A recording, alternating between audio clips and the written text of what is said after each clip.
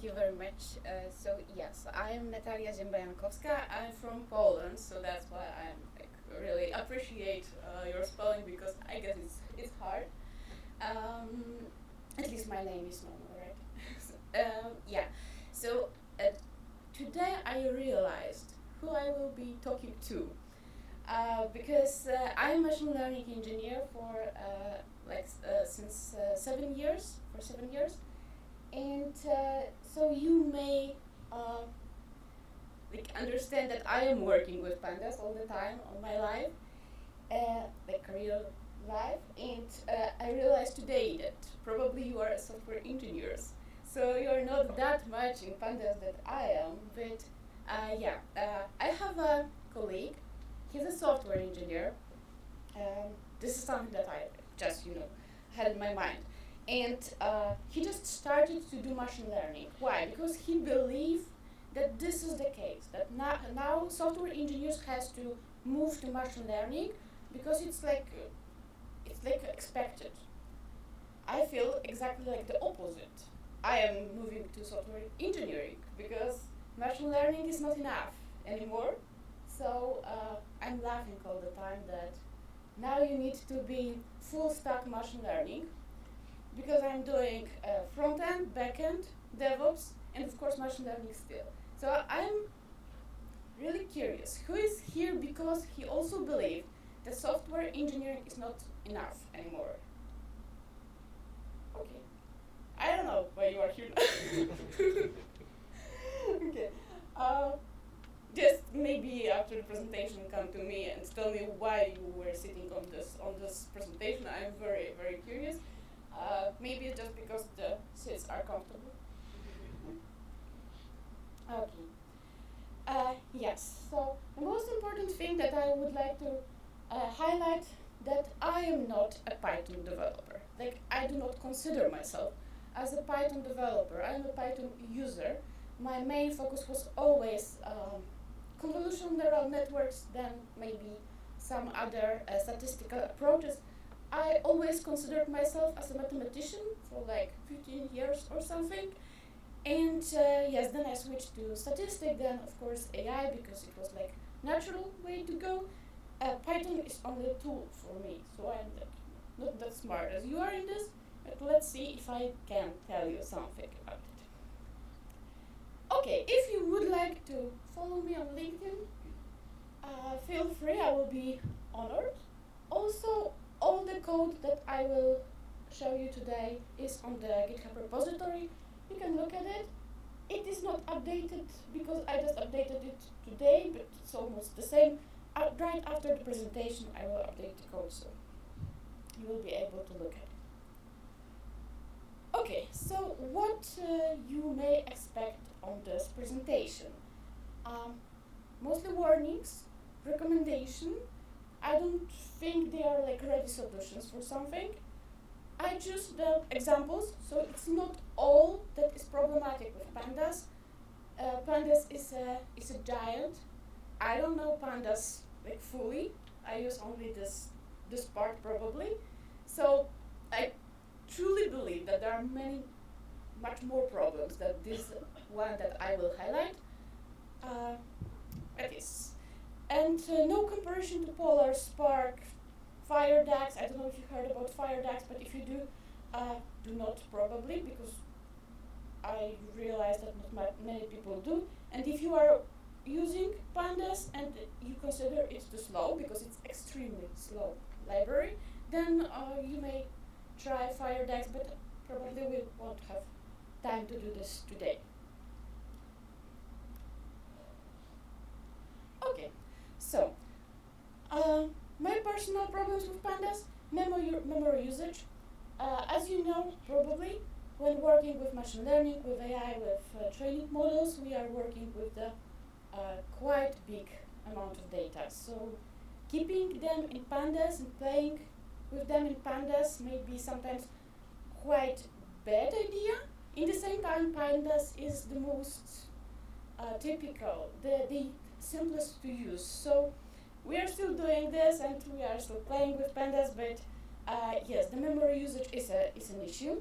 Also, replacing values in pandas.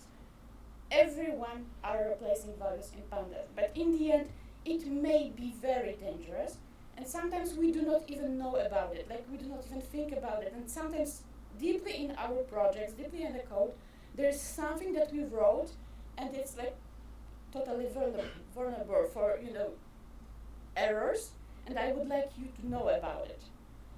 Row iterations, and why not to iterate by rows, and also maybe in the very end, we will talk about CSV feather packets pickles, how to save a file.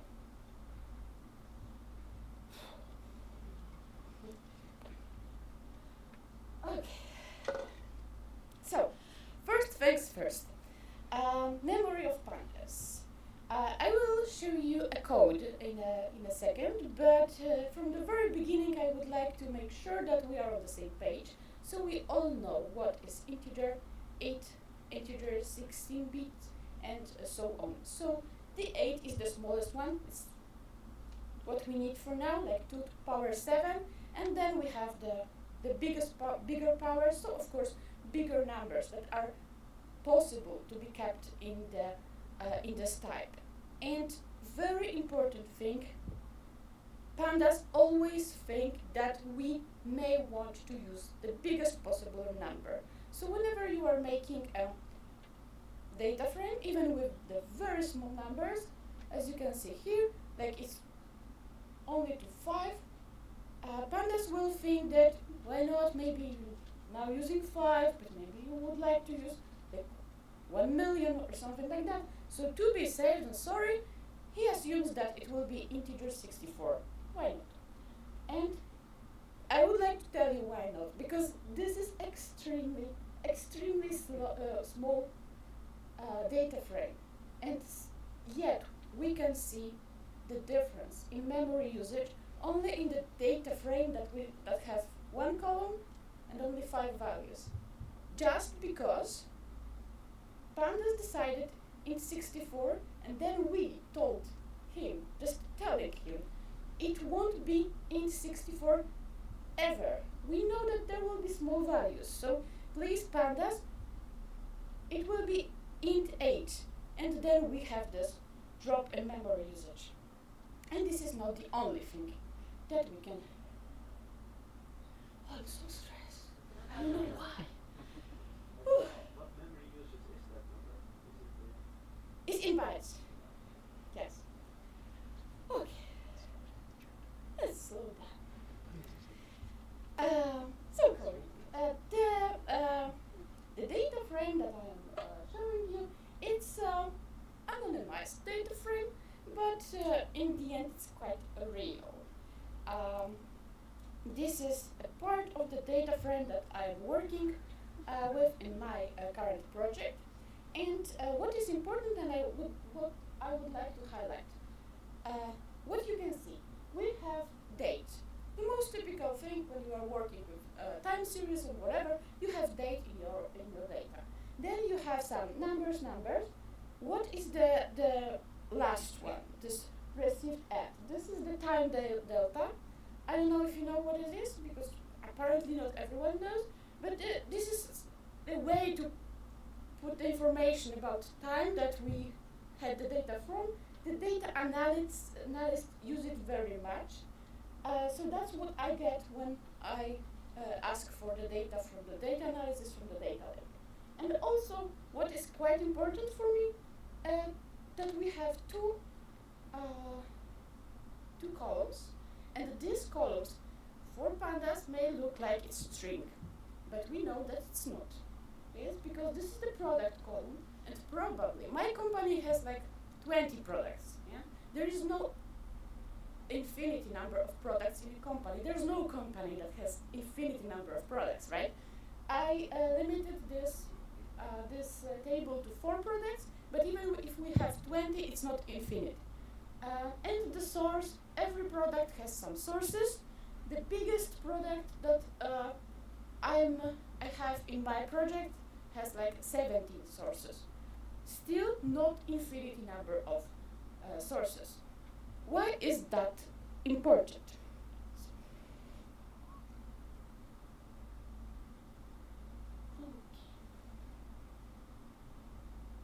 look what we have. We just read this table. What Pandas thinks that we have here? We have date column, but it's not date. It's not time delta. It's not anything. It's object. Because Pandas, when does not know what something is, Pandas tries to be smart. Yes, so Pandas makers promise us that we will have, Pandas will think out what we have and then he will give us the answer. And the answer is probably something that we definitely not want. That was the case with the integer 64, right? Pandas was thinking what we should have, and from the very start, he assumes that we will use integer 8. But why not to change it? Like, now we do not want integer 8. And also the same situation, like we have date, and he's thinking like, oh, I don't know what it is, so object. And product, maybe string, but maybe not object. And object is the worst thing ever because it's extremely slow and also takes like much memory. So our data frame now has like 24 plus kilobytes, right? And we will do something. And I would like to highlight you that we have not even 4 products but 3 products. Now we have 3 products and we have a few sources, like 18 or so. Okay. Also, I would like to add one small values column, just to make sure that we will be. We also check this int 8 situation, and yeah, now we have this the same data frame. It's a bit bigger, almost 30 kilobytes. And we will check just 2 of the columns. The first column that we will check is the product column, and the second is the small values column. And what we will have is like more than 4,000 bytes of memory. We can see that even regardless if it's this product column or this integer column, we have the same memory usage because Pandas assume that it will be bigger, so to be safe, he assumed that we will use that much. And now we will change something that I really encourage you to do every time when you are working with the data. We are changing types. So, for the date types, we always change the type to date type. It's typical because we are working with this date. Nothing untypical. But my colleagues, because I checked it, always forgot about the categorical date type. I don't know if you are using categorical date type. Do you? Okay. 1, 2, 3. Others don't care. But yes, my colleagues from my team, I checked it like a week ago just to be, because before the presentation, they are not using categorical date type. I expected that because I sometimes do review for them. Why is it that it does matter? Also, this as type integer. Because if we do that, we have much smaller table. If we know that we have just 3 products and even 18 sources, this quite small table will be much more efficient because we decided to change the type. And also we can check these 2 columns.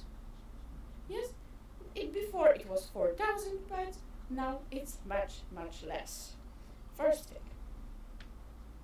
Second thing, playing with the same table. We, for the very first time, like for the first thing, we will change the date as index. Most of the time we use date as index. Why is it? It's not always good, but Pandas let us to have an index that is not unique. And this is exactly the situation of my project. I don't have unique indexes, and you may see it in a bit. Like if we will choose the products for only the date 1st January of 2024, you may see that I have 15 of this situation, right? Not every library allows us to have not unique indexes. It may or may not be dangerous. We need to realize that Pandas allows us to do this. How we can then look at the values. If you will use log function, then you need to use the string name of the row and string name of the column. And you can do this. If you will use ilog, you need to use the number, like integer number of the row and integer number of the column, which is not the same when we do not have unique indexes. Important thing. Also, I don't know if any one of you, if you are using Pandas, use add and I add. I also check my colleagues are not using it. Add and I add are only for the situation when you would like to choose one value. And this is quite funny for me because they are made to choose one value, but if the indexes are not unique, one value means this. So be aware of that. Yeah? Add in the documentation will say this is for one value, but it's not.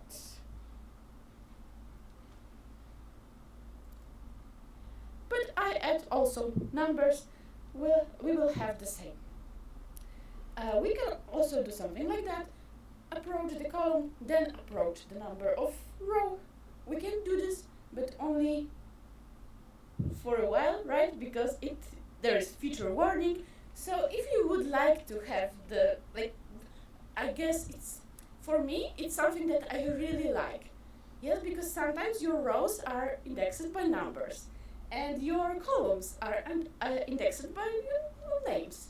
So this is something that I would like to have, like approach a column by name and approach the row by number, but not anymore in a moment, so there won't be any possibility to do that.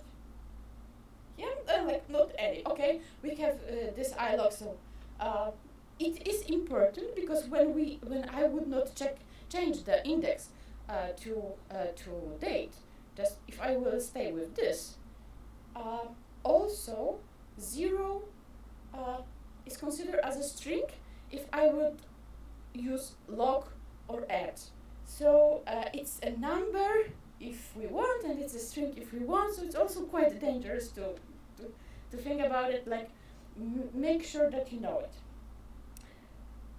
Okay, but we can do something like that, right? First column, then row, and there won't be any problem.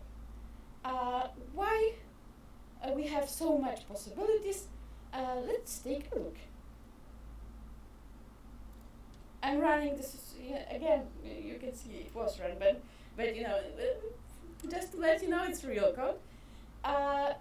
We have log, ilog, add, I add. Also, we can look at the values in two different ways, and it's quite important to not use much the last one, and I will highlight why in a second, but for now we will look only for the times. So if you are using log and ilog, you will probably stick to this method because you can use them for more data than only one value. Yes, but we can see that it's considerable slower than using add, even if add in this situation is not one value. But again, yeah, and this is the lowest possibility. The fastest possibility is to take values and do not do this. I don't know if anyone knows why. Why values are very dangerous, extremely dangerous in Pandas. Oh, there's some comments. Yes, exactly. This is something that I will, of course, show because this is also something that I check in my team. and they were not aware of that, so maybe it's not obvious. Okay, the same situation with a bigger amount of data, not only one add and I add are not possible here because we are taking like 10 values. Here we can also see that the values method is like 10 times faster than ilog. But yes, it's good for looking if you need to just look what is on the table, and absolutely not to work with that. Okay, just because of the replacement, and we will talk about it now. Okay, this is still the same table, just to have it closer, and now we will use values. So this is the possibility to use values. Values let us we say it will be the first column, first 5 of the values of the column, and what we have here. Does anyone of you see what is wrong in that situation? We took first column, which is that one.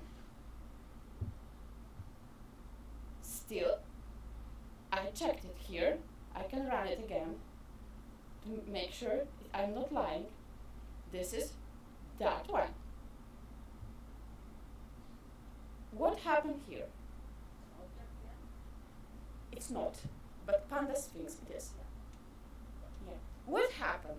Pandas does not look at the real table. He's like searching for the table and then preparing for us fake NumPy, just for the moment. So you may be sure that now we are not approaching the real table. If you will decide to change anything now, it won't affect the real table. And you won't even know about it because there won't be any error. So we will see it in a bit. Also, the same situation. We are absolutely sure these are floats. Pandas even knew there are floats in the very beginning. That was something that we didn't even have to tell. Like that was one of the categories that I didn't change. The types. And still now we have object. But we will change something, and now we will choose values in a different way. First thing, we are taking column, then we are taking values. Look almost the same. And we have the information, categorical date type. And the same with factor, we have the information, float 64. What changed? I will tell you. What changed was the situation that first thing, we call Pandas, look at the column. And then Pandas is looking at the column. So he's taking all the column. And Pandas is not keeping all the tables in the same place, but always keeping columns in the same place. So columns are in the same part of memory, and you may be sure that it's true. So if you are taking a column and then you are asking for values, you will have the real values. Pandas approach the real table and it gives you the real information. But when you just try to approach the whole table, Pandas is not giving to even give you what is true. Okay, and what is quite funny, it's, I of course run it, but it was run, just to let you know, this is exactly the situation. We are taking one of the values from the factor column, and this is the value. We printed the value, this is the real value. Yeah, and then we try to replace the value. Nothing happened, no error. If we will do the same in that way, it will be replaced. Yes, just this one change. First, column, then value will work. First, like value and the column the same time won't work. Should you use the second approach? No, because one day you will forget. And it will be a disaster. If the project is bigger, and most of the projects are bigger, you will forget. But there is something even more. Like I'm quite excited about it because it's super cool, or I think it's super cool. We will create the new data frame. This data frame has only floats, right? Only numbers. First column, second column, like A, B, only numbers. We didn't say about categories, nothing. Checking floats. Pandas this time was like super good. And what happened? We are taking the same dot value 0.0, and we are changing. It works here. It didn't work here. Why? Does anyone know? I guess I think it's super cool. I don't know if you think like that, but yes, we can also look at this. That I'm not lying. I don't know if you think I'm lying or not, but yeah, I will prove that I'm not. Yes, and we have this value. It is 0.9. It was 1. It is 0.9. Now, why it happened? Because both of the columns are floats. And then Pandas thinks, okay, we will keep it in the same place. But let's change one thing. It's still numbers. We will change only one column. Now it will be int. It is. And we will do the same. 0.9, now we will change for 0.5. Nothing happened. This is still the same table. What happened? We changed the type. So now Pandas, probably he still keeps this table in the same place. But he does not remember about it. Or he just thinks that, okay, maybe not, so we won't change anything now. So this situation may work or may not work. Sometimes will, sometimes won't. From the very beginning of your project, you may have floats, then you will change something that worked before, now it's not working. Congratulations, like, you know, how much time will it take to find the problem?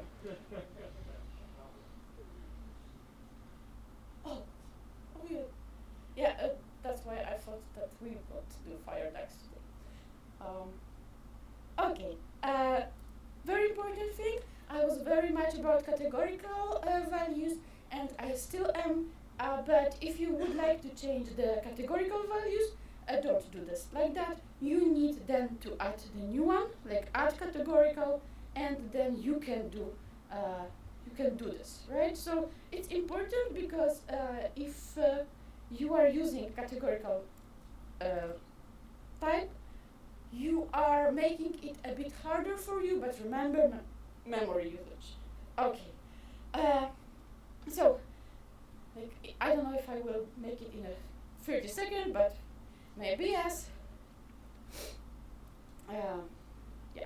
I decided to show it on the code, so now we can skip it. Important thing, okay, I'm not now, but my colleagues still using iter rows, and Pandas documentation says, don't use iter rows, right? It's just like Pandas documentation hides iter rowings by themselves. I don't know why they are allowed us to do this. If you would like, this is the best thing to do to make me like keep quiet. Okay, you can look at my code on the repository. It's much more there.